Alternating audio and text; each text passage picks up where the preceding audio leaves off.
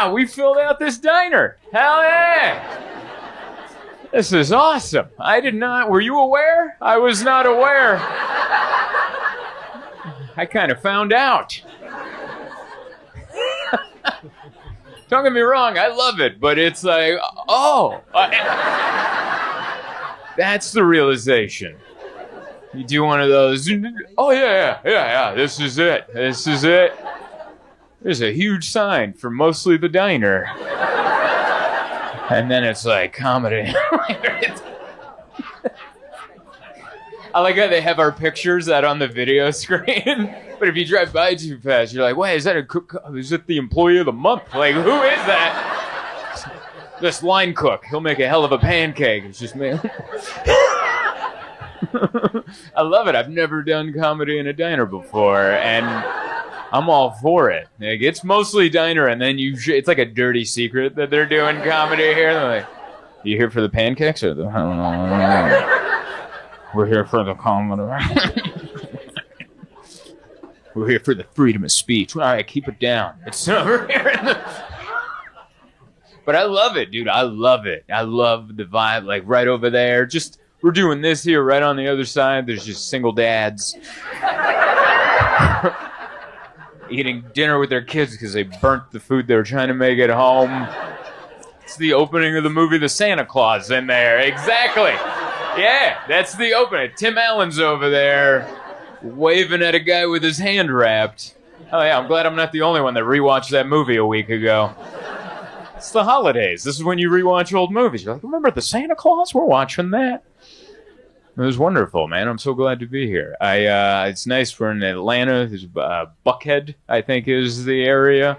Yeah, Buckhead. That's fun.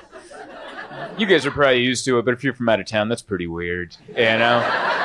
You guys are like, what the hell's wrong with Buckhead? And you're like, nothing's at all wrong with it. It just sounds like the lie that you say to your parents when they're like, what did you call your brother? And you're like, I just said Buckhead. That's all. It'd be funny if that's how the town got named. It was at a meeting where someone got mad at a guy. Like, what'd you call him? I was like, Buckhead. We should call it Buckhead. It's like an aggressive name, but still kind of cool, you know? I don't know what do you know what the origin of Buckhead is? Nobody? Anybody? Boots? Nothing? All right. It's a deer? Oh, this used to be hunting grounds, so now it's big buildings. Isn't that crazy how the town evolved? Like, not that long ago, it was just like people hunting deer, and now it's big buildings and comedy in the back of a diner. Or some guy from San Diego is like, Buckhead's a weird name. And that's human evolution right there. What the hell does Buckhead mean? Some idiot who won't Google, you know? Love it, man. We had a good time. It was a family trip. I brought my brother out on this one. I got a younger brother, and I traveled with him. And I was he's 24, I'm 37, so I'm like trying to show off to him. Like, I'm trying to show him how well things are going. And I picked the wrong trip. You know, like it's just... Because, like, we flew together from San Diego. We took Delta. I'm a Delta Diamond. So I'm telling him, like, buddy, I get upgraded, like, every flight. The lounge is awesome. And we sat row 36. Like, we were all... And he's like, upgraded, huh? I'm like, yeah, usually. But... And the lounge sucked. There was, like, a line, and there was no eggs left. And then I'm doing comedy in a diner. And I'm like, I promise, it's going really good. And he's like, whatever, man. I didn't say anything. I'm like, your face is saying a lot. It's just me trying to be cool to my little brother, and I'm so bad at it. It's like I'm trying to impress a girl. Or, you know when you like try to impress somebody, and it's the most uncoordinated you've ever been, and the dumbest things fly. I was so bad at the airport. I'm a professional airport guy. I know what to do. And I was horrible at it. I showed up and Delta Sky Priority to check my bag. The line was longer than the other line. The other line where you put the sticker on yourself and just drop it off. There was no line. And I'm like, I'll just go do that. So I went over to the kiosk. Boop, boop, boop. I did the sticker. And then I ran over. Now this line was longer than that line. So now I'm in the Sky Priority with the sticker already, like I'm just like a good Samaritan or something. But then that line started moving better. So I'm like, let's go over there. So I did the under the rope. You know, when you do the under the rope. Has that ever worked out in the history of airports? Has anyone ever fully made it under without the thing snapping and opening? And then you got to figure out how that puzzle goes back together. And he's like, are you getting it? I'm like, I can't figure. Shut up, dude. Just. He's like, I thought you fly a lot. I'm like, I forgot everything. When we made it here, we had a good time though. I'd never. This is my first time spending like a full weekend in Atlanta. That's how I know comedy is doing well. Because the last few times it was just one night. You know, that's how you know your comedy, your career is growing. Where you're like, all right, you can hang out for a couple days. There's enough people that know you. You can fill up the diner, so you can hang out for a weekend. Years previous, one night, and then get your ass to Savannah or something. You're like a band, baby. Just one night, get out of here. But yeah, it was a whole weekend, so I didn't know like where to take my brother. I didn't know what to do because I haven't spent long enough here to like do stuff. So I put it on Instagram. I'm like, hey, recommend me some things for my brother and I to do. And the first thing that came up was the aquarium. And instead of just saying the aquarium, it said the aquarium. They have booze there. And it was like if saying the aquarium wasn't enough. They're like, nah, he's not going to want to do that sober. Don't worry, man, there's alcohol at the aquarium. Oh, thank God. All right. I don't want to stare at these fish stone cold sober. I want to be on their level, you know, just kind of I want to get in there with these fish, buddy. But we ended up going, we didn't do the aquarium. We went to the Coca-Cola Museum, World of Coke. Yeah, that noise was what we had. Yeah, that's a long way to go to get some soda at the end. That was the longest I've ever gone to get like We just spent $52 and an hour. Man, you gotta love Coca-Cola to have a music. That's such a weird thing to celebrate. You're like, welcome, this is where diabetes started in the United States. Come on in, take a look. That's the chemist. He's the one who created it. He figured out how to fight the natural insulin in your body. Took a lot of swings at it till he nailed it. A whole museum. And I don't, like, does Pepsi have a museum? Is there like a Pepsi museum in wherever the hell Pepsi's from? No. RC Cola? Does RC Cola have a trailer that's on fire somewhere that they're calling a museum? Is that the worst museum I've ever been to? I've been to a lot of museums. And they make you watch a movie at first. There's a movie, I don't know, have you been to the Coca-Cola? They sit you in a theater and they watch you. It's like, it's a 6-minute movie. They kept telling us, listen, it's a short 6-minute movie. Because they know people would be like, I'm going to leave. Is this what it is? I'm going to leave. It's a short 6-minute movie. It's about happiness. And it's just like random happy moments. Like people getting ready to skydive, like one guy golfing, someone did a trick shot out of a balcony. And then, and they're like, you might get emotional. And I did. I got emotional at the soldier one. They have a part in there where like a soldier comes home, like a family's at a sporting event in an arena, and their family member soldier is doing a video that he filmed like in Afghanistan, blah blah blah, and they're like, oh, that's her son, and then they're like, he's back, and then he's down, and then he shows up, and the mom's crying, and I'm like, oh my God, and like I'm feeling it. I don't even have family in the military, but I'm just like, I'm at the age now where if I see someone crying for more than 10 seconds, I just start feeling it. I'm like, yeah, dude, me too. So then I'm all emotional, I'm invested, and then they just ruin, like a Coca-Cola comes up, and they ruin the moment. It's like, I'm like, what's this video saying? You sponsor happiness? Like, what do you... There would be no happiness if it wasn't for Coca-Cola, everybody. It's just like a soldier hugging his mom, and then just... I always love, that's how they always drink the Coke with the bottom. I've never had that much confidence in the seal that my lips make around a bottle to go full. Whoa, yeah. No, I'm not pouring Coke in my earlobes. We're not doing that. Just have a Coke. It was so much, man, 6 minutes of propaganda we had to sit through. Coca-Cola's making the world a better place. I mean, I like it, but come on, dude. Like, it's fine. Put some rum in it. You know, like, a little. Yeah, that guy knows. Oh, we had fun, though. It was cool. We saw the guy that invented it, and then they had a note that they're like, he might have stole it. I don't know if there's a blurb that there's like some guy in Tennessee that's like, my grandpappy invented that. And then they had the image of the guy that, like the Pemberton guy that made it, and I'm like, that guy looks like he would steal something. You ever see like his pictures? Like, anyone who had time for an oil painting probably stole something. Like, if you had the means for an oil painting back then, not all of that was yours. You did a little something nefarious to get that.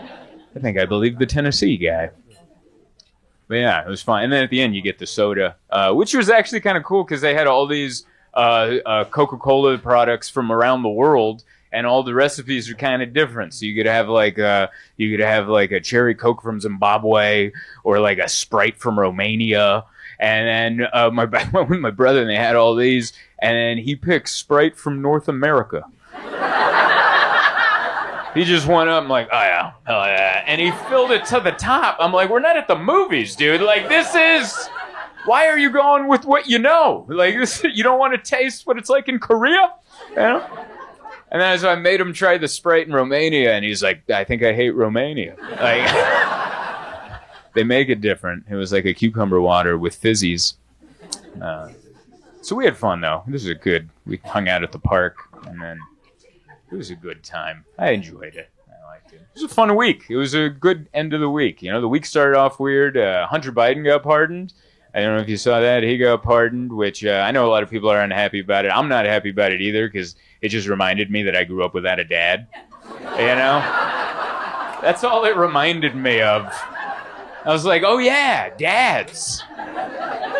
That's what dads do. They get their sons out of trouble. Single moms, they're like, I'll turn you in. Dude, I will. Single moms will ask you for more punishment. They're like, Judge, give him an extra year. I don't want him in my house. A mom will turn you in. A dad's like, come on, man, let's get out of here. So that was unfair. We got to see Rich Dad-itis, you know. He got off, got pardoned. But then it kind of worked out because that guy ended up getting shot. So it all kind of... The world evens out, right? Like, there's someone paying attention. I like the response. Right? I agree. It's like, I'm not for murder, but all right. You know, like, that's wrong. But also, if someone's got it... If someone had to die that day, you didn't... All right. You went with the health insurance magnet? Sure. It was funny because I was like watching the news, and the news people were dumbfounded at the social media's response to the death of this guy. They're like, how dare, I don't understand. And it's like, really? You don't get it? Have you gone to the doctor? Have you had any dealings with the health insurance company? You have no idea where this came from? Like, I knew it was coming because as soon as he died, the only comments on like social media were people's experiences with health insurance companies. Like, a guy died, he's like, yeah, one time I had to pay $500 for an x-ray of my own foot. Like, yeah, that happened. But it ended up working out, you know. He ended up getting shot. Someone's watching, you know. Someone's keeping, like, life's pretty fair. Because that thing wasn't fair, and then someone was like, whoa, we'll move this tragedy up. You know, God's like a bride doing a seating map for the wedding, or like, we'll move this tragedy to table 12. That'll level things out. I can tell you guys are good people because there's a lot of you like, but a lot of you are like, I shouldn't laugh at that. And you're right, but like, what? This is what I do. This is my only contribution to the world. Is like, well, I guess I'll write a joke about that. Man, they're finding that guy, though. They're like, I mean, they're not going to find him because, like, I think deep in everyone's heart, you're like, don't find him. Come on. That's our Robin Hood. Let him Who's running AT&T? Like, let him... Whoa, buddy, I don't even know who it is. I'm just, you don't have AT&T? Like, I'm the only one that's been on the hold, and you're like, you said it was this much, and it's this much. And you made me sign up for automatic bill pay, so I'm here fighting for 45 minutes to get money back that you already stole. I swear I wasn't the shooter. All right, like I see how I get the attention. Like I feel the tone of this. I feel like he's Googling to make sure that I'm not the shooter. He's like, you know what? From this profile, it kind of looks like the photo of the... That's how I know that guy wasn't a professional assassin, is he took time to pull his mask down to flirt with the front desk worker at a hostel, where also assassins don't stay at a hostel. You usually try to keep a low profile, all right? Not smoke weed with a bunch of European backpackers next to your bunk. What are you in town for? Business. That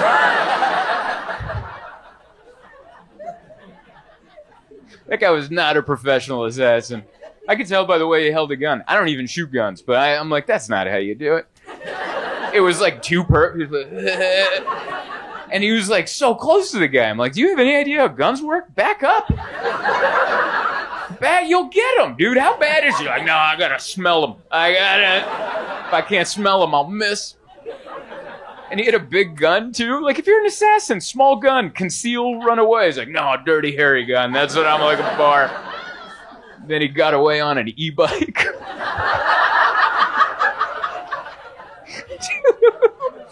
Maybe this was planned at a hostel. I don't... Should get an e-bike, dude. Those things haul ass. It's crazy how much footage they have of the guy going. He's like, then we saw him here. And you're like, man, that never... I used to live in New York. People got shot a lot. And they would be like, there's no evidence. Like, we have no... He was on an e-bike. Those things are fast, dude. We lost him. And they're like, they know which Starbucks this guy went to. They know everything. I don't know. It's crazy. But yeah, that was all my jokes about it. Thank you. Appreciate it. I can tell you guys are all good people. You guys chuckle, but you're like, it's a little dark, but we'll chuckle. That means you're good-hearted people. This is so wholesome. We're doing this at a diner. We should all have pie after this. Just a nice slice of pumpkin. I know. How's Nana? Like, just have a real... Everyone's so friendly here. Like, I've had 2 Uber rides. The longest conversations of my entire life. You guys talk, dude. Every elevator. That's a speed date, is what every elevator ride I've been in. You're like, well, we're going to get to know each other, aren't we? I just asked which floor you were on. I was just trying to be polite to hit the button.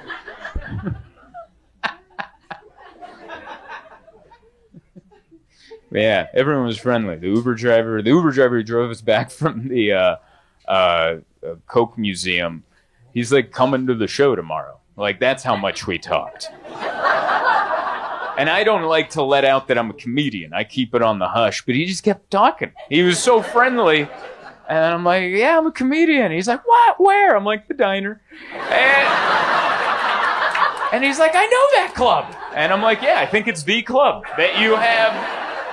Giant aquarium, biggest airport I've ever seen, and then a speakeasy comedy club. And he's like, I'm coming tomorrow. I'm bringing my wife. And I'm like, oh my, I feel like odd pressure now. Like, I hope the show goes well tomorrow. Otherwise, Nathaniel's going to judge me. And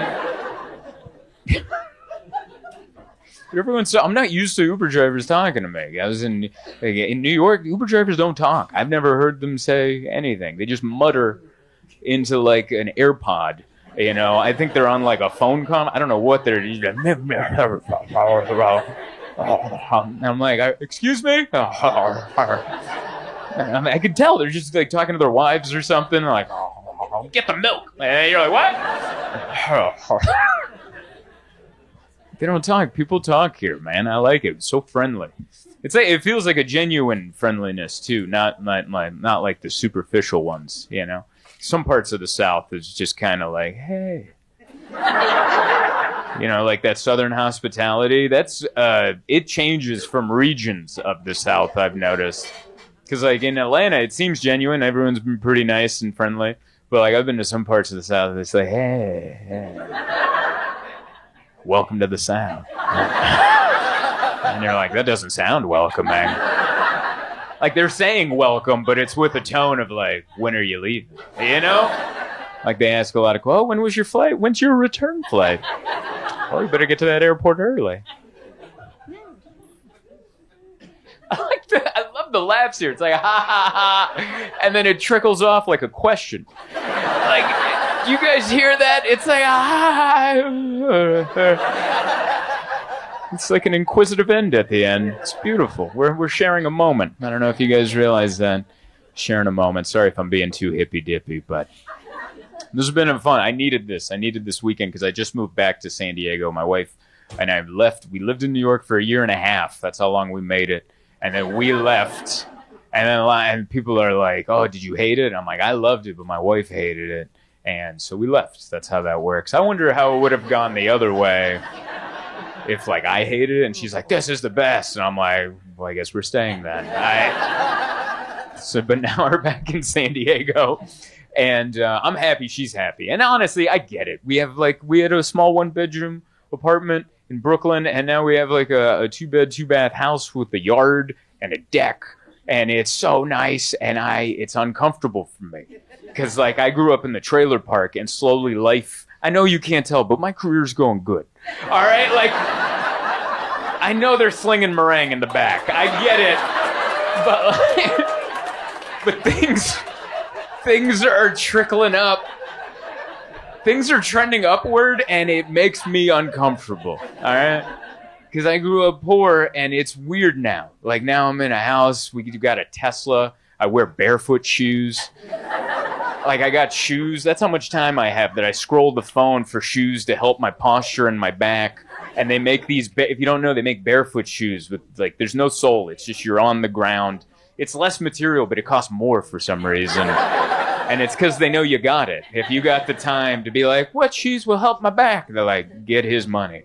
And we did a juice cleanse. So I just remember I was wearing my barefoot shoes. We're in the Tesla, and we're picking up a juice cleanse. And I turned to my wife, and I'm like, I think I hate myself. Like, this is every person I've ever hated in my entire life. And then the juice wasn't ready, and we're like, oh, why didn't you email us? I'm like, what are we doing? I used to work in a warehouse unloading boxes like a man, you know? And now I'm a comedian going, ooh, better plug into the Tesla. I don't like me. I've always had I have a weird thing with money because I grew up without it for all of my childhood and most of my adulthood. And so I've always been like, take down the man. But now I'm creeping in, you know? What's that Batman quote? You either die the hero or you live long enough to be the villain. That's how I felt looking at my shoes, drinking beet juice. And I'm like, this is the villain, dude. This guy sucks. Yeah, one more time for me. How about some of that? I like it. My dude was dressed up in a suit, and I realized I should have worn a nicer flannel. Better transition. This is my nicest flannel. It's good to be here. You guys seem friendly.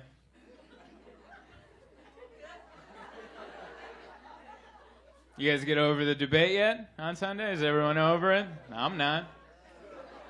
That was quite the event.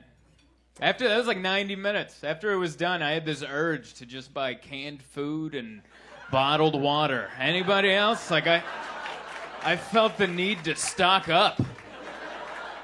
I was like, we need some supplies. I told my wife, I'm like, we need a weapon. Make a weapon. Sharpen something. This is not going to be good. We need to go into the caves. We need to get into the mountains so we can have a lay of the land. We need a vantage point. But I got a Honda Civic. It won't make it up into the mountains. That thing, that whole debate was terrifying. The moderator, he kept saying, your time is up, your time is up, your time. He said it so many times. I'm like, I think he's talking to the country.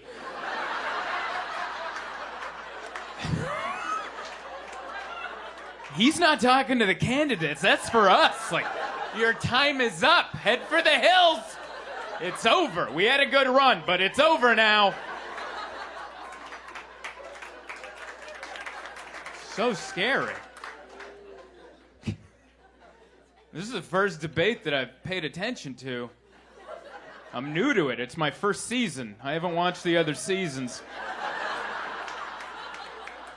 I'm guessing this is the best season. Don't get me wrong, I voted before, but I never watched the debates. I just voted based on, I don't like that guy. I don't like that guy over there. And no one checks, by the way, when you go to vote. No one's like, hey, have you been paying attention? Well, can you choose? I got a sticker, and that's kind of that's how we pick a king. It's pretty weird. I'll be honest with you guys, in 2012, I didn't vote for Mitt Romney, only because that dude had jet black hair with gray on the sides, and I grew up in the 90s, and that's every villain in every cartoon I grew up watching. Can't vote for that guy. He's gonna poison the drinking water and try to kill the Ninja Turtles. Not on my watch. Trying to be a better adult. Pay attention to politics and stuff. I fixed a toilet at home, so I'm doing pretty good. You gotta understand my background. I grew up without a dad, and I've rented my entire life. You don't fix things when you rent. You work around them until the lease is up, and then you go find a place with a working whatever that is. That's how it works. But my wife, I came home from the road, and she goes, the toilet's hissing. And I'm like, all right, well, we got 3 more months, and now we'll find you a place without a hissing toilet. And she said, nope, you're going to go fix it. And I go, why me? Why automatic? That's sexist. To just pick neither of us know how to fix anything. Why do you think neither of us know what to do with that Stanley tool set your mom got us for Christmas. Why do I have to go in there?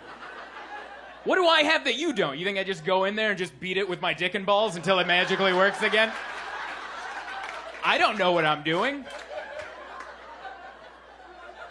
It's not fair.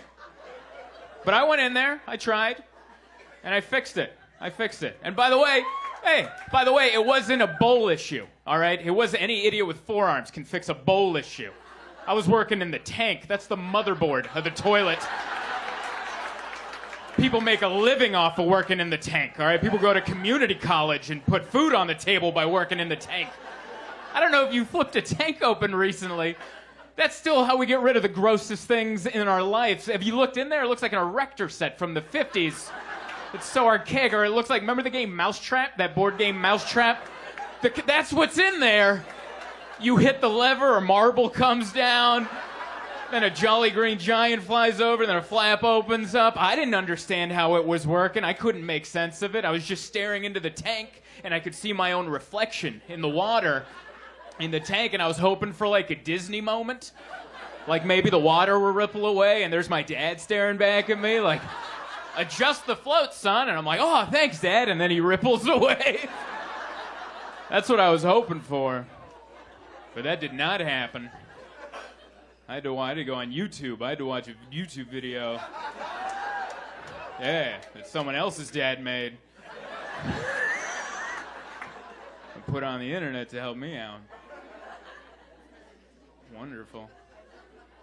I've been trying to lose weight. I exercise because he called me fat on the internet.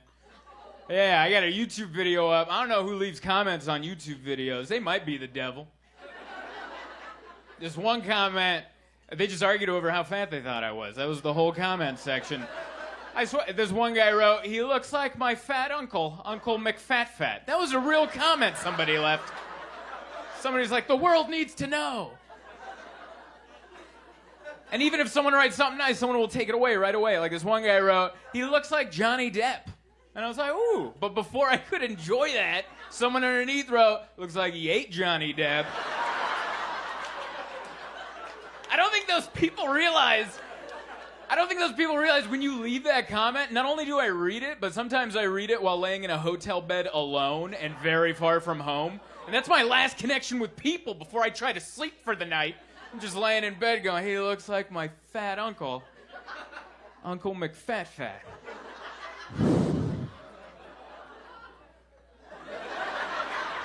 You can't fall asleep after that. Imagine that in your day-to-day. You're getting ready for bed. Someone runs by your bedroom window. Good night, you fat ass!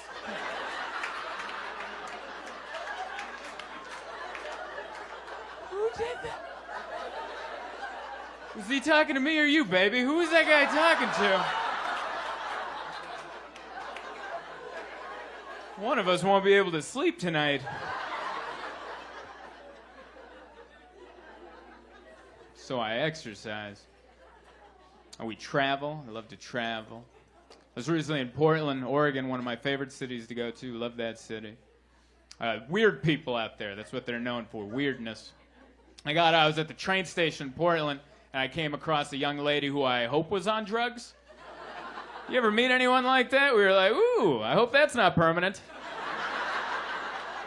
I hope that was a decision. I hope you decided for this to happen. I hope you're having a great time. You're scaring the rest of us. I was walking. This is what she was doing. She was leaned up against like a street sign, just doing this right here, just going, and I'm like, which drug is that one? Because I've done a couple of them. I've never done that one. Anyway, I'm trying to walk by while she's doing that, and she goes, "You look like Jesus." That's what she yelled at me. And I said, "Thank you." And I kept walking, because you don't slow down for that. You don't inquire further, like, ooh, let's talk some more about this. No, you go, oh, thank you for reminding me. I don't walk fast enough. Let me put a little extra step in my giddy up. I got to get moving. And then as I'm walking by, she goes, "Throw me a blessing, Jesus." That's what she yelled. And I'm like, gee, can't let my children down. I got to throw her a blessing. What if this is a big day for her? This is where she turns it around. That's when I remembered I don't know how to throw a blessing. I've never seen one thrown. Is it underhand? I've never seen it done. I had to think on my feet. This is what I came up with. I just went, "You got it." And I pointed at her. That's how I threw my first blessing. I just pointed at her face. I don't fit in. I try. Like, I like new things, but I get upset about the culture around them, if that makes sense. Like, I love craft beer. Anyone else like craft beer? It's delicious. I like it, but I don't like the culture that goes around it. People that are all snooty, like, oh, do you taste the mapley oaks? No, not at all. No, I just like it better than Bud Light. That's why I'm drinking it. It gets me drunk fast. Oh, do you taste the mapley syrup? The brewer had maple syrup for breakfast on his pancakes, and he had some on his fingers. Did you taste it in the batch? No, not even close. They always have some story. These hops were grown in the Appalachian Mountains, and they were tended to by a hermit with an inverted penis, and he would put all the hops on his back and bring... I do not care. I am just drinking some beer. Thank you very much. Hey, guys, that's been my time. My name is Zoltan. Thank you very much. I like it. I was just looking at the two of them, and I'm like, those are some interesting-looking openers. I like the two of them together. They're just such characters. I feel like I'm Steve from Blue's Clues, and I'm in between Mr. Pepper and Mrs. Salt, and I'm like, where's Blue taking us now? I like them. They're characters. They're on different levels. And Heath's like that in the back, too. He's just kind of, hey, and then... He's either not saying something or saying something real fast. And it's a good energy back there. There's Jeremiah. Yeah. We had a good... I love coming here. I've been coming to Spokane, I think, for 10 years. I always love coming to this town. Underrated, I'm going to say. All the attention goes over to the other side.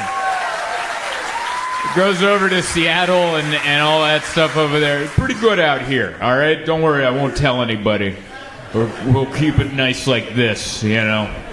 I don't want it overrun, but I've always enjoyed it because it's got nice buildings, but you guys aren't snooty about it. You guys have like nice restaurants. You have good stuff. You got a nice river. There's a big wagon. There's like stuff to go. You know, you guys got stuff, but you're not weird about it. Like, you go to other towns, they have nice stuff, and they're like, "Did you see our nice stuff?" Like, they're very. You better dress up to see our nice stuff. But you guys are like, "Yeah, come hang or not. I don't care." You know? It's a very, you're welcome to come, but if you don't worry, we don't care. It's a nice mixture of it. I like it. I like that this club shouldn't be a great club, but it is. Like, I don't know if you know how great clubs are supposed to be built, but it's supposed to be low ceilings, and everyone's in tight, and it's the exact opposite. This looks like they used to store salt in here or something. They used to store old tires, and they're like, "Yeah, I'll make a big cavernous comedy club with some weird wedding lights in the corner." And it works, and it shouldn't. And the only reason it does is because you guys are a great audience, so thank you. And I know, that comes off a little pandering, but I do mean it, because I remember the first time I walked in, I'm like, these shows can't be good. And then every time I went up, I'm like, these shows are really fun. I remember one of the first times I came to like headline here, the manager who no longer works here, I think it might have been because of that weekend.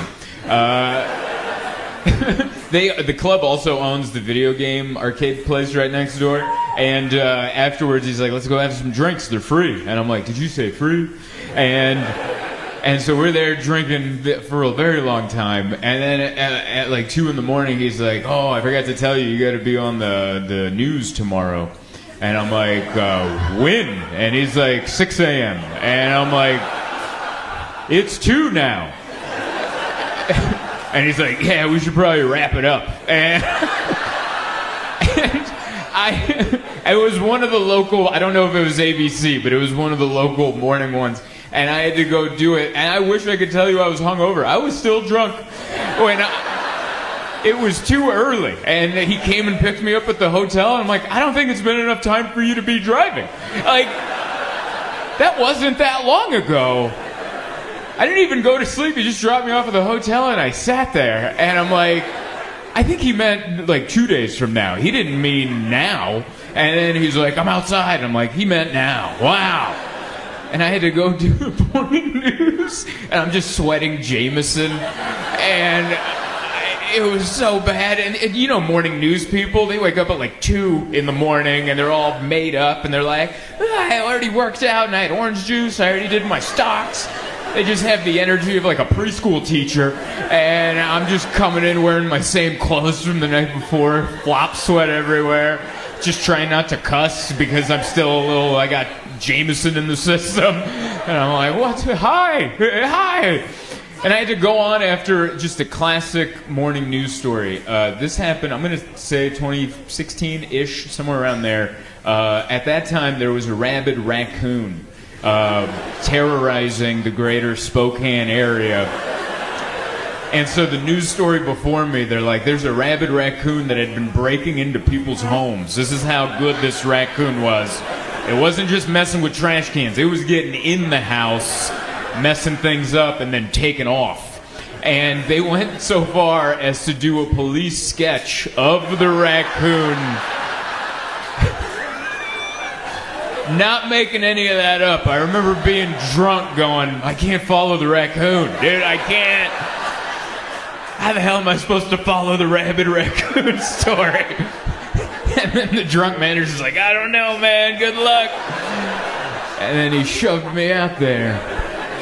And I don't know where that guy is, but I think he's doing good. I think he's doing better. But yeah, we had fun today. We went and played pickleball. Jeremiah and I went and played pickleball. That's fun. I don't know if you've ever played that. It's like, it's right in between tennis and ping pong. It's like, I don't want to play full-on tennis. It's a lot of running around. But I also want to be able to turn on my Apple Watch. And you can't do that for ping pong. You know, that's not enough steps. So pickleball's a nice in-between between a game and a sport, you know. It's like if you added tackling to golf. You'd be like, all right, that's almost a sport now. Like, that just went from game to sport now that you can tackle someone's blind side. Can you imagine that? Just teeing off. Just like, but you still have to be quiet. You're like, there's no... You can't yell. You gotta just silence. Plow someone right in the spine. Goofy visor goes flying. I'd watch golf then. Anyway, we went to go play pickleball. It was awesome. It was still pretty hard, quite honestly. And there was like there was like a jacked up couple on the next court over, and they were just like in too good a shape. You know that like CrossFit shape where like we work out in a gym with nothing. We just throw tires around and we climb the walls like Spider-Man. They don't even have a pull-up bar. There's just a ledge in the brick, and you're like, yeah, I do finger pull-ups. Every jar in my house is open, baby. Like these are. It was like one of the, and it was just me and Jeremiah, and we're playing, but we're like lobbing. We're having a friendly game, you know, and they're over there like there's a championship on the line. And then Jeremiah and are like, hey, good one. That was nice, you know. But that's how I like to play. I don't like to play sports with people that are too competitive, because I got another buddy, Dustin, and I've played tennis with him once, and he's like competitive, you know. And I remember I thought we were just gonna lob it around, you know. And he just first shot, he just rips it like over my head, and I'm like, whoa, why are you playing dirty, dude? Like what? And he's like, what are you talking about playing dirty? I'm like, you know, I'm not over there. Like just hit it to me, dude. What are you making me run around for? I thought we were just slapping it around. What are we, in our 20s? Come on. Because that is what, now when I do like a sporty thing, I remember my injuries. Like that's what I did. I ran a little too much, and I felt my knee go, hey, and I'm like, oh yeah. So the next time it came around, I was just like, that's your point. You know, like there's less like, yeah, and it's more like, ooh, yeah. Because I'm here in the cold. I grew up in San Diego. I'm used to warm weather, and the cold reminds you of all your injuries. Like, I got off the plane yesterday. I don't know what the temperature was. It was cold. It was like in the 40s or the 30s. It was enough to where my breath was visible. And as soon as I got off the plane, my left knee was like, oh, you remember that? And I'm like, oh, and I just had a limp out of nowhere. It reminded me of an injury that I didn't remember getting. Yeah, we had a good time. Played pickleball. Then we got a burger over at Zips. Went to Zips. Went to Zips. It was a good burger. We went to the wrong location. You know which one I'm talking about. Jeremiah just put it in his phone, and I'm like, this is it? And he's like, yeah, it's supposed to be the best.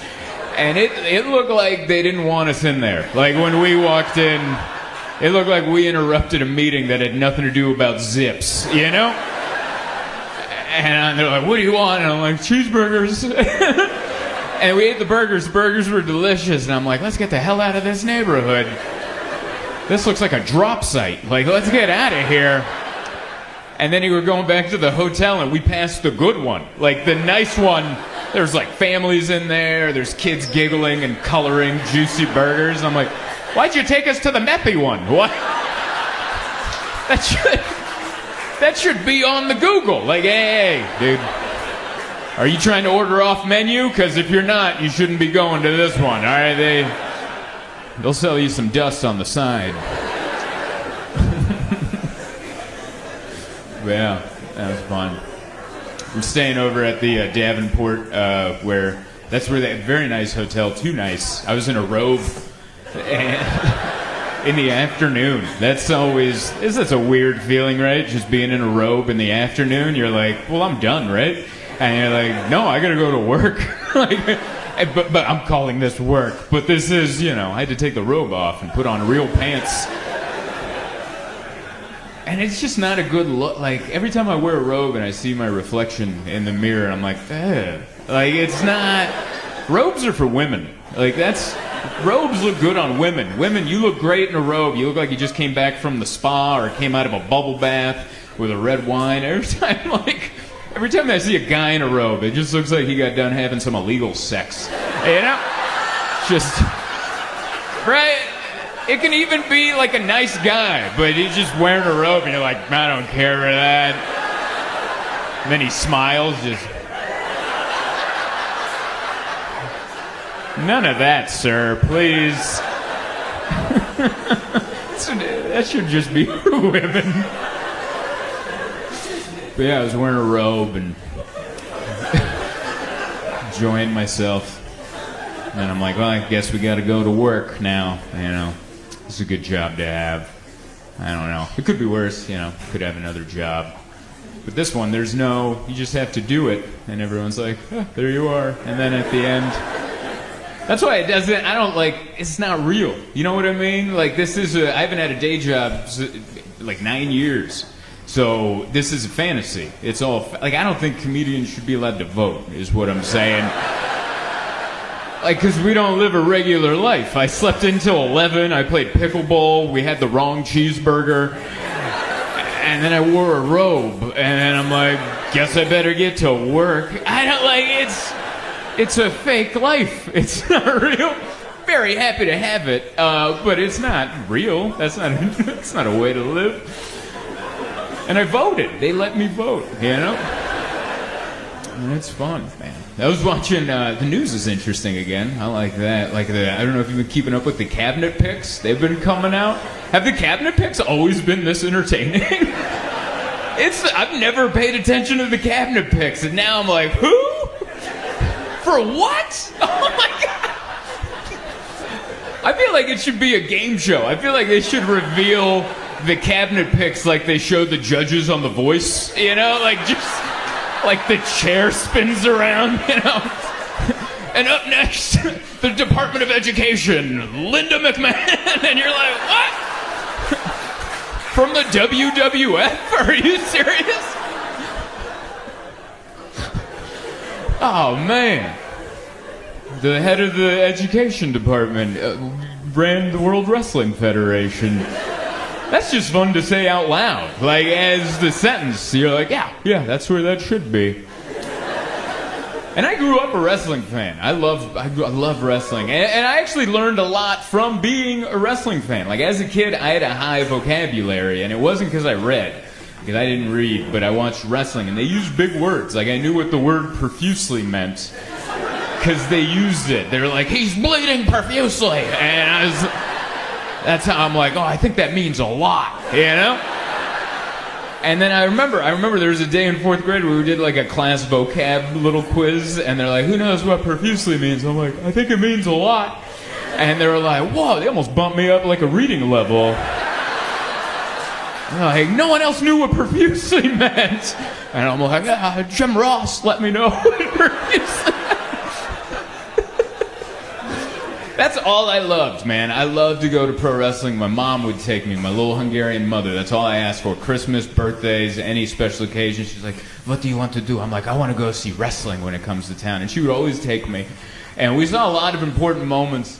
A lot of them you guys might not know about, but the one that really sticks in my head is 1998. She took me to the San Diego Sports Arena to watch a live taping of Monday Night Raw. And there was a wrestler at the time, his name was Val Venus. He played a porn star. So he was a porn star who went into the world of wrestling. Which actually that's kind of a natural transition if you really sit down and think about it. You're like, I could see how that could happen. Sure. But they did a storyline where he ended up sleeping with this Japanese guy's wife. This guy, Yamaguchi-san, had a wife. And Mr. Val Venus had a little dalliance with her. And so the night we were there, Yamaguchi-san and his goons grabbed Val Venus and they dragged him to the back. And they showed this on the big screen in the arena. And they tied him up and they pulled his pants down. So it was like butt cracks right in there. And Yamaguchi-san took out a giant samurai sword and he went, yeah! Like, right, just, yeah! And the screen went black. And I'm just sitting there with my Hungarian mother.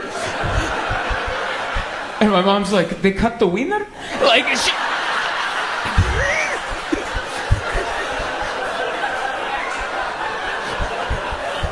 that's the head of the Department of Education. Like that.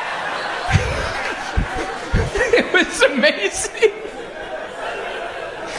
Like, what a weird moment to share with my mother, you know? Like, And to think about, like, go all the way back, like, we were born in Hungary, and then we came over, and then my mom worked 2 jobs. She worked at a retirement home serving the elderly, and then part of the money she got for serving the elderly, she used to buy tickets so her and her son could watch a live castration. Like, that might be the best commercial for capitalism there ever could be. Just a Hungarian mom and her 10-year-old son, like, did they cut the wiener? I'm like, yes, Mom, I think they did. Because that is kind of the way the world's splitting up. You know, there's 2 groups, and they're getting exponentially bigger, and they're making us choose which side you're going to be on. And it's hard. I don't like to choose, but they make you choose. Who are you going to be? Are you going to be homeless, or are you going to be a billionaire? And, listen, I know which one I'd rather be, but I know which one's way more likely. That van is calling my name.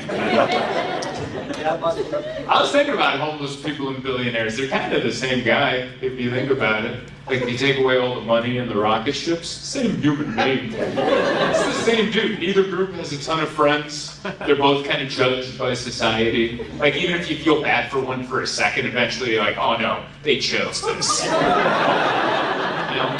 But they both say wild things, wild, outlandish things. I can control the weather. I'm gonna buy Twitter. You know? It's the same guy. It's just one of them has the money to do it. The other guy's just yelling it at a bus stop. You know? It's the same individual, though. All right, you've seen him on Drive Bar Comedy, but right now live, you're gonna see him tonight. Put your hands together for Zoltan Kaszas!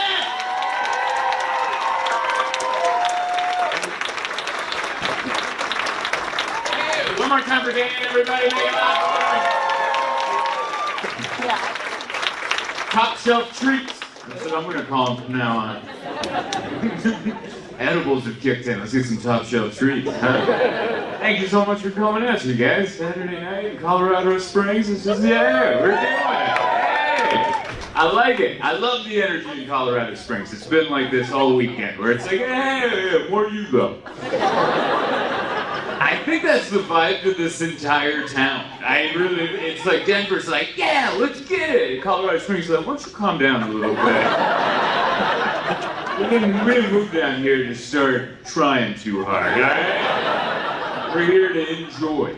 We're here to walk around, look at stuff, and just kind of enjoy. I like Colorado Springs. I'm staying downtown, over by the Pioneer Square thing, whatever the park. Yeah, I think I might have said it wrong. You know what I'm saying. And then I'm performing here. It's like the tale of 2 different Colorado Springs, isn't it? You stay down there and you're like, oh, there's a lot of young moms getting lattes in the morning. A lot of purebred dogs going on walks. And you come over here and you're like, good Lord, the economy. The economy's in trouble. It's in so much trouble. And you go down over there and you're like, things are great in Colorado Springs. I might buy a condo down here or something. Things are really going on. And you go over here, good Lord, where's the gun? Get the gun!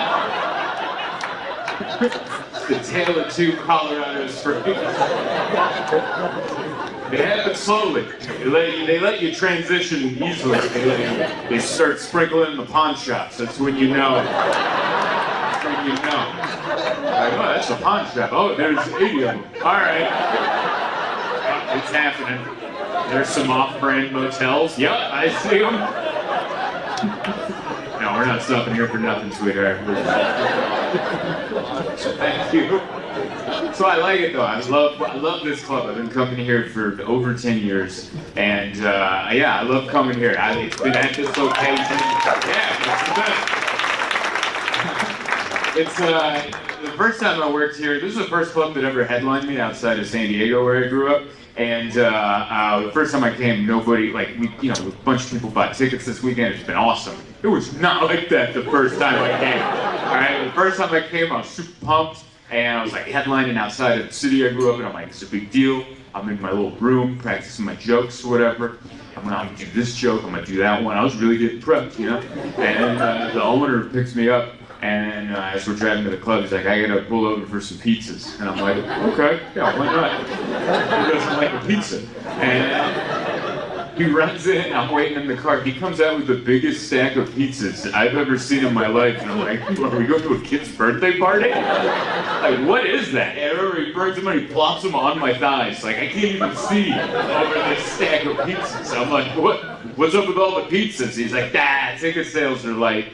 So I put a Facebook post up saying there's free pizza to anyone who comes to the show. And I was like, all right. I don't know if you've ever had your own failure burn your thighs. But I was just sitting there, I'm like, boy, these are hot. Okay.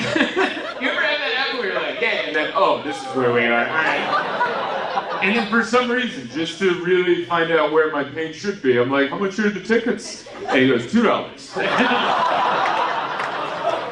You know what made it worse? The pizza didn't bring that many extra people in. Then when people saw $2 tickets and free pizza, and like, I just don't know. I don't know. Are we really willing to take the gamble? And I actually there's so much pizza left over after the show, I took them all back to my hotel. And that's what I ate for the rest of the weekend. Just a couple failure slices every couple hours. So it's nice to be back and have it filled up. That feels good.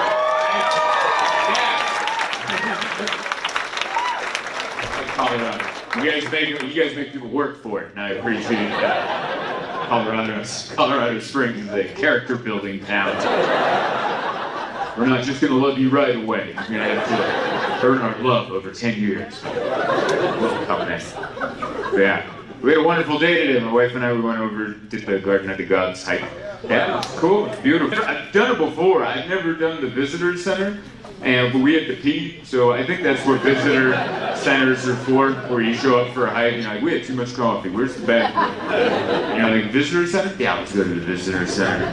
I've never been in there. It's pretty cool. Like, they have a bunch of animals that are stuffed, and like history of the land, like going back to cavemen days and mammoths and stuff, and the Native Americans and all that. That was pretty cool. And then they had something I've never seen where they had poop behind the glass, and you've seen what I'm talking about. It's all these different turds behind glass, like 6 different kinds of turds. This was someone's idea. Someone's like, well, we got the stuffed animals out there, but what about the turds? And no one fought him on this idea. He's like, no, I'll go out and collect them. I'll go out and get them. And we'll put the turds behind glass like they're important. And then the whole idea of the game is you look at the turd and you try to guess what animal that came out of. And then you hit the button and the picture reveals the answer. I'm just looking at it, I'm like, that looks like a purebred husky right there. That is a mountain lion. All right. That looks like bed bugs. No, that's a bat. All right. And then there was a steep, like a giant, there was a pile, not to get too weird with you, but there was a pile where I was like, that's the local drunk. Like, that's the local drunk Carl. He likes to take a dump on the hiking trail. It was a bear. It was a bear. Welcome in. Thanks so much for coming. Come on in, get comfortable. I was just talking about turds. I didn't want to get a non-minutes, like what the hell are they talking about? But yeah, I had a great time at the Garden of the Gods. I like that hike because it's paved. It's a good paved hike, you know? You can go off into the dirt or you can stay on the pavement, which I enjoy. I like that because there's people like rock climbing on the rocks, and then there's just like people just waddling on the pavement. There's like people hiking way too much and people barely hiking at all. You know, and they're just over there risking their lives, and I'm just over here like, shitty up. Like, are they? And then there's bicyclists, just in case you forgot to hate humanity. That's where you're gonna ride your bike. I'm gonna ride my bike at the Garden of the Gods, right? Because there's a lot of people walking around. And they just come up behind you, hear them coming, you're like, ugh. On your left! On your left! I want you to turn around and go, I'm high! That doesn't mean anything to me. Ride in the dirt, alright? got high in the parking lot to look at the rock formation of two camels kissing. And I don't know what on your left means. Does that mean move to my left or move to my right? Be more specific. I don't like bicyclists because it's always them. You know when you go take a driving exam, they're like pedestrians have the right of way at every intersection, and look out for bicyclists. There's a totem pole of importance, and pedestrian is number one, all right? But somehow bicyclists are always, no, it's me, and you're in the way. And you're like, I just won. I'm sorry, my real anger came out, and I guess I started to feel like a speech. I don't know how I feel about it. But yeah, we had a good time at the Garden of the Gods. Then we went to Manitou Springs, went over there. Yeah. I went over there because I heard that's where your local Satanists hang out. Every time I come here, they're like, we have Satanists in the hills.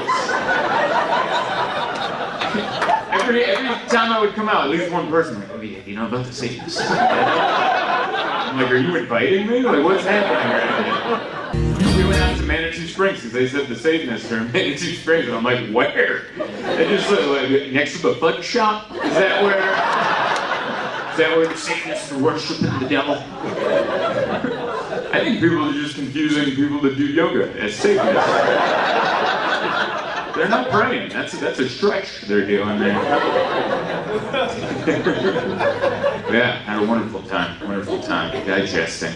That's what we do. We travel, we eat, we digest. It's hard. But I love it. Every year I've come back, it's been every time. Like when I first started coming here, like 2011, 2012, a lot of empty buildings, a lot of places to start a business. And every year I've come back, just more and more stuff.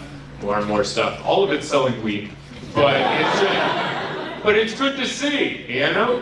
I remember the first dispensary I walked in was right across this creepy parking lot. By the way, big respect to you guys pulling in and still coming into the building. Yeah? You guys pulled in and you're like, are we getting out of the car? We're getting out of the car. Are we walking in? We are walking in. Look, everything's all right. We're doing it. I can tell some of you are worried. Some of you are like, keep that fork. He's good for yourself. There's no crime next to a Wendy's. That's the one thing I've learned in my comedy career. I've traveled all over the world. There's never a crime next to a Wendy's. It's a good restaurant. The gingers will keep us safe. But I remember the first time I went to that dispensary when it opened, because it was like a new thing. I was living in San Diego. It wasn't legal over there. And Colorado was like, yeah, we're doing it. And we went in there, and I was expecting Starbucks. I was expecting Starbucks and marijuana, someone with an apron going, how would you like to feel goofy? And they would show you the goofy treats, and you could pick what you wanted. But it wasn't. We went in, it was just a lobby.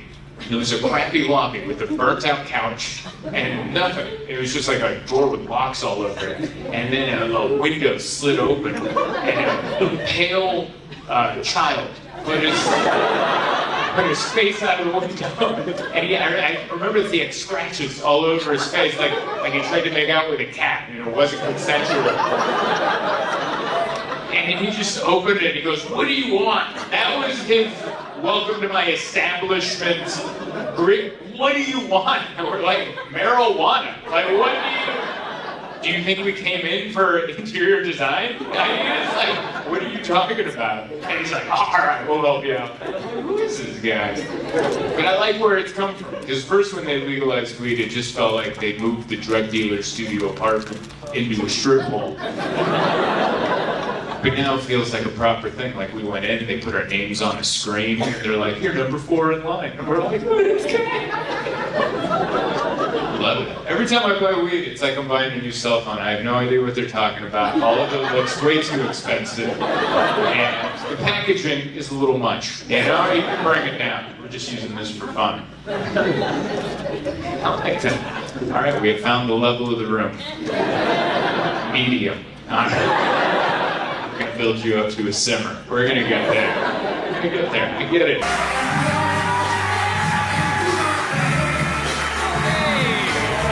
Some excitement. Yay! Thank you, everybody. Yeah! yeah, I love it. You guys are trying, but it is Wednesday, isn't it? You can't fight it. You feel it in your bones. You're like, yeah, what is missing? Oh my God, there's still 2 more days left before fun happens. I forgot about that. One more time for Rui and Billy. Make it loud for them. I like that. I love that introduction. I love him, and I will always love him. And he just made eye contact. That's who he is in the back, by the way. He just goes, yeah, man, did you know about the... He's like my smartest, dumbest sounding friend. I don't know if anyone has that in your friend circle where you're like, wait, what'd you just say? And then you Google it and you're like, are you a genius? He's like, I don't know, man. I just don't know. He's like Boomhauer from King of the Hill, where it's just like ramblings, but every once in a while we're like, wait a second, did you just solve a problem? What was... I don't know, man. Sometimes I just... But I love that dude. He watched me punch a guy in the face once, so that was fun. Yeah, I've only punched one guy in the head, and he was there for it. And but it was a sucker punch. I waited till he wasn't looking at me, and then It's a street fight. We're not fighting for the heavyweight championship of the world. This was outside a bar, and he cornered me. And then after we got in the car, Billy didn't say anything to me. He just goes, man, that guy was real big. I was like, oh my God, he was big. He's like, yeah, I can't believe you did that. I love that. Anyway, thank you guys so much for showing up on a Wednesday. I really appreciate it. A lot of, and it rained. Honestly, they told me the show was sold out, and I'm like, yeah, but it rained. So we'll see if it's really sold out. Because, this is Southern California. I saw the rain, and I'm like, do we have to go do the show? I'm a fair weather. I like postcard weather. That's when I leave the house. When I see it's wet, you can't drive in that. I drive up from San Diego up here, and it's just, I don't know what, California roads are, made out of what they make urinals out of. Where it's like the liquid hits it, and it just sprays up instead of soaking it in, and you're like, first of all, why would you make urinals that way? Because my pants are here, but why would you make roads that way? And it's just and I don't drive well in it. I'm not one of those people no one knows how to drive. I'm part of the problem. Something happens when the sun goes down and it starts raining, where you're like, where did the lanes go? And then my car still sees the lanes. They're like, they're right there, buddy. Everything's fine. I'm like, I don't see them. And I can never get the wipers at the right pace. It never rains at the intensity. I need intermediate settings. The delay settings where they're like, do you mean bwomp bwomp? Or do you mean bwomp bwomp? And I'm like, in between that. That's the one I need. And it's never right. It's always like, that's too many droplets. That's too many droplets. And then it's like, how about now? And you're like, no. That's why I don't do the intermediate. I keep my finger right on it, and I'm like, now! Now! Now! That's... The machines have never figured it out. I need manual control. That's who I am. Don't even get me started on automatic windows, all right? They go too fast or too slow. I'm looking for something a little cooler. Give me a hand crank. Yeah, that was a drive, man. I always love coming up here because it's I know people have picked on Ontario so far tonight. I'm not here to pick on your town, all right? But it is an in-between town, okay? It's in between, because there's a lot of people that live here, and there's a lot of people headed to Vegas, and there's a lot of people headed to Palm Springs, and then some people were like, we're living here. So it's just a mixture. And that's why it's crazy, because they mixed the 15 and the 10, and then there's the 91, and people were like, I don't know. And it's a mess out there. Because I've been coming to this club for a long time. I have a lot of history at this club. I was once heckled by a gang member that was sitting right around there, and he had an eye patch. I'll never forget this. He had an eye patch, and not like one you get at a hospital. This was like a pirate's eye patch. And I was like, what happened to your eye? And I shouldn't ask that, apparently. I thought that was a fair question to ask, because that's like a pirate's eye patch. I don't think they hand that out at the emergency room. You know, they give you like a proper look, and he just had a pirate's eye patch, and I'm like, what's up with the eye? And he just started yelling, and he got up and doing gang signals, and I was like, oh. I'm like, is that what happened to the eye? Like, was it gang related? And I was like, please get me off this stage. I've had terrifying moments. I got a concussion at this comedy club. I was beat up by two professional wrestlers. Back in 2009, they were trying to shoot like a demo for a TV show, like an Extreme Gong Show type of thing. And then, so I was supposed to come up as a comedian, and like the idea was that we do poorly and these wrestlers scare us off.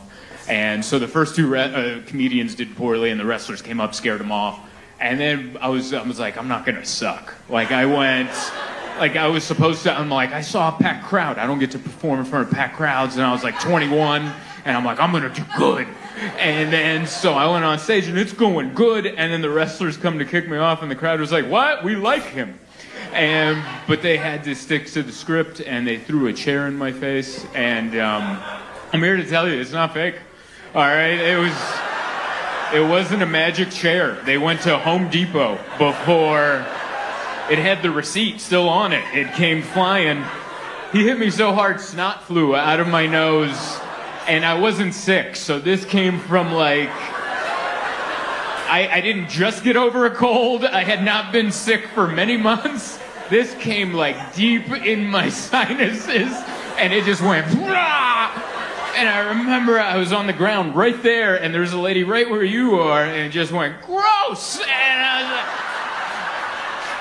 like, and then they picked me up and they put me on a table, and then Rob Van Dam picked up a man named Sabu and dropped him on me. And what a disaster. That was my first concussion. And I didn't know that. I didn't know, concussions, we know about concussions now. This is 2009 when like the NFL was fun, and like you could like drill a quarterback and people were like, kill him. People were into that. And so they definitely weren't going to care about a comedian. So I've had a lot of history in this small gangbang, got some concussions. It's been good. That's why I'm like, yeah, we're doing it. You guys are like, it's Wednesday. Why don't you calm down? I don't know. I guess that's the day and age where this is the only choices you have. You either like focus on yourself or you watch the news and go on social media. And I'm like, I'll just focus on this storm. Every time I turn on the news, the planes are falling out of the sky, and I'm like, that's how I do work. I don't know what happened to planes. What happened to planes in the last month? Planes are like, I don't know. And they're like, what? How do you know? They've been flying so good for 100 years, and they're like, we forgot. And that helicopter's like, up? No. And then I know it's scary to talk about. I got a flight on Friday, all right? So I'm thinking about it. I'm looking out there, because sometimes you're flying and you see another plane, and you're like, where's that one going? Does that one come? Hey! Just do a U-turn, man. You don't need to cut over all these lanes of traffic. But those are the two options you have. That's where we are at life. Like, I don't know. I hung out with my friends at the Super Bowl, and I don't know. I can't tell if they're sad or just 37. But my friends just have like this unshakable sadness to them that I think I have too. And we're just like, how's it going? They're like, pretty good. Pretty good. Taking the boat out next week. And you're like, yeah. You're like, yeah. And I'm like, that should be happy, right? And they're like, yeah, I'm having a great time. And I'm like, oh my God, am I looking at myself? Like, do you ever catch a reflection of yourself you're not ready for?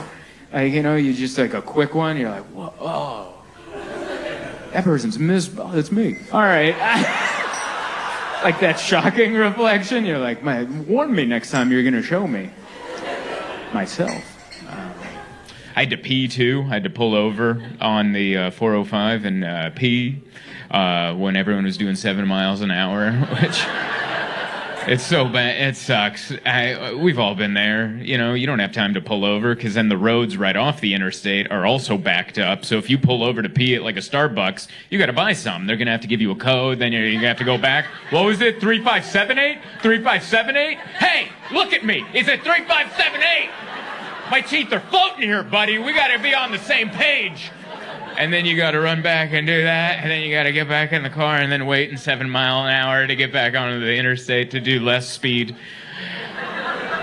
And then I'm like, I'm just going to urinate on the interstate. And it's such a vulnerable feeling to just be on the interstate. And I open the door, like, yeah, that'll give me some privacy.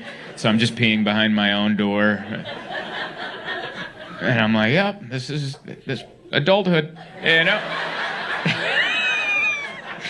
And it's slow enough that I could hear, like, someone rolled down their window and went, ugh! And I'm like, man, you got wet a little to yell that. Because there's an atmospheric river out there. I've never had to put on a raincoat to go pee before, but I had my little hood on. I was wet. It was all from the rain. I have impeccable aim in all the elements. I like it. This room is everything in this mall is too big for what this town is.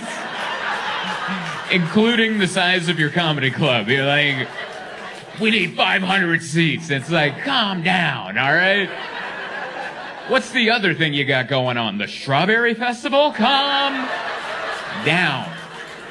It's too much mall. It's too much comedy club. Let's reel it in. I do like your Strawberry Festival. I remember I lived in LA for a short time, and my buddy grew up in Camarillo, and he was like, buddy, I'm going to take you to the Strawberry Festival. I'm like, what's that? And he goes, dude, we go over there, we drink, we smoke in the parking lot, and then we eat a bunch of strawberries. And I'm like, that sounds amazing. And then we did all those things, and we went in, and I'm like, oh yeah, but there's kids. I don't know why that didn't cross my mind, that this would be a family event.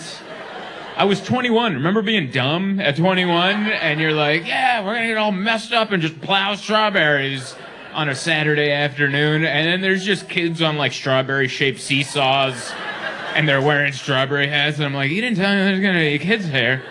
And he's like, yeah, what'd you think? I don't like being messed up around children. I feel weird because I always like, anytime I'm like a little off kilter and then there's kids around, I always want to be like, stay in school, you know, like something. And you don't need to say that. You don't need to say that. But. So good to be here. Christmas weekend, La Jolla. Yeah. I want to know, I'm very curious, who are the local La Jollans? Clap it up. Okay, couple. Wow, all right. We really all snuck in, didn't we? I like that. I always think more locals come down here, but they're probably like at some secret party, you know? Mick Jagger's playing an acoustic set in a wine cellar somewhere. That's probably what they're doing. They're not coming down the hill, you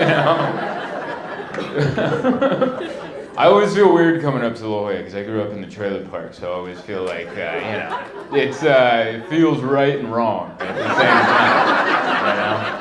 I have this feeling, I'm like, well, don't park right in front, you know? Park it around the side and sneak in. I drive a Honda Fit, you know? Like, it's just gonna look like someone's housekeeper stuck around. I wanna feel like a local, man. But I like it. It's Christmas. It's going to be a good Christmas because we don't, I love it, but we don't have any young people in my family anymore, so no one tries anymore. Like, I called my mom. I have a tiny Hungarian mother. I'm like, you want to hang out on Sunday? And she's like, Christmas? I'm like, yeah. And I'm like, yeah, we should all hang out. She goes, okay, but I don't have a tree. And I'm like, we don't need a tree. And she's like, good. I don't even think she's cooking anything. Like, I think she's just going to treat it like a Sunday. I think that's what I think I'm going to show up and there's going to be Panda Express on the table. And she goes, double order orange chicken, correct? Mama knows, you know? That's who my mom is. No longer celebrates it. I like it. My fiance and I, Emma, we decided not to do gifts this year like fancy gifts. We decided to just give each other what we need, you know. And I didn't need anything, and she needed a root canal, so that's what we ended up doing. And which is a better gift. I'd rather pay for that, you know. Because last year I bought jewelry. I bought her a nice necklace. I think the year before it was some earrings or a bracelet or something. And I like stuff that you need, you know. And you know what? There is nothing more beautiful than all of your teeth. You could have all the diamonds on the world all over your body, but if you're missing just one tooth, you're like, that person stole those diamonds. you gotta have all of them, man.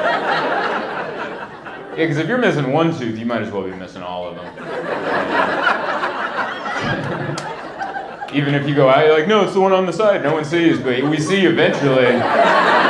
It's a big reveal. I remember one time I was talking to someone and I was on this side of him and I didn't see he was missing one of these. And we talked for like an hour. And he was like an interesting guy. We talked about a lot of interesting stuff and then he turned and I saw he was missing a tooth. And I was like, I don't believe anything he just said. I think I was just talking to one of those conspiracy theorists.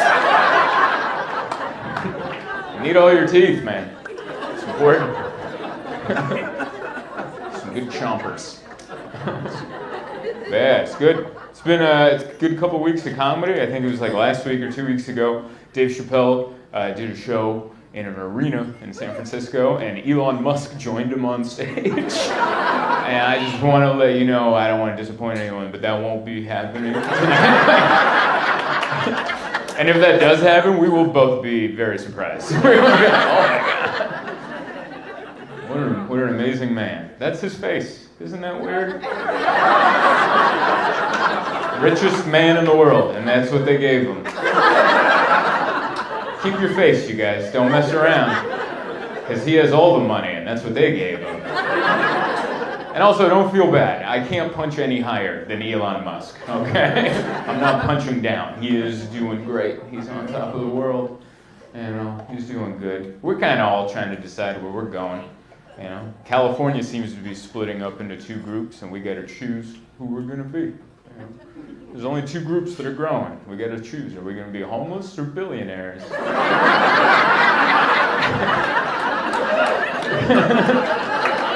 And my friends and I, we talk about it. Like, I definitely know which group I'd like to be in. But I know which one's more likely. It's hard. I've been thinking a lot about homeless people and billionaires. They're pretty much the same. They're pretty much the same. If you take away like the money and the fancy, they're the same person. We even look at them the same, you know? Like neither group has a lot of friends. Generally, we look down on them, you know? And if we do feel bad for like a second, we think about it, we're like, no, they chose this, you know? And they all say the same things. They all say the same wild stuff. I can control the weather. You know? I'm gonna buy Twitter. Like that's. Is that a billionaire or some guy outside of Starbucks just yelling that into the street? It's the same guy. Congrats to the local La Jollans that live here. You guys did it. Congrats. You did, or someone with your last name? Someone did it. It was excellent. I grew up in the trailer park, so I'm a little bitter, you know? Not too much, but just enough. Like, you ever meet someone who, like, you ever think of, like, those trust fund babies that don't have to work? And they're just on a yacht somewhere, doing cocaine with strippers. And you're like, why? And it's like, oh, me? Oh, my great-grandfather invented the zipper or something. So now for generations, we're just doing okay. I actually looked up the zipper. Did you know some guy invented that? We weren't just born with the zipper. Someone came up with that. It's like an invention that's been around forever. I was looking at the zipper because I had taken an edible, and you ever get on the wrong side of an edible and you're like, am I reading the Wikipedia page for the zipper? I was. The zipper was invented by some guy, and then some other guy weaseled in and took 50%. But I saw the schematics that they sent to the patent office, like what they sent for the zipper. And have you ever looked at an invention from like 100 years ago, and then you're looking at it, but you're like, man, if you put a gun to my head, I couldn't recreate that. That's how I was like looking at the zipper. Like it made sense, but it didn't. It just comes together. It was like I was looking into a lava lamp, and I'm like, where did that one come from? You know, like how did? I was just blown away. It was an arrogant invention. We didn't need the zipper. We had buttons. Buttons were doing great. They were doing awesome. Until one guy's like, nah, my penis is going to fall out of there. I need something more sturdy.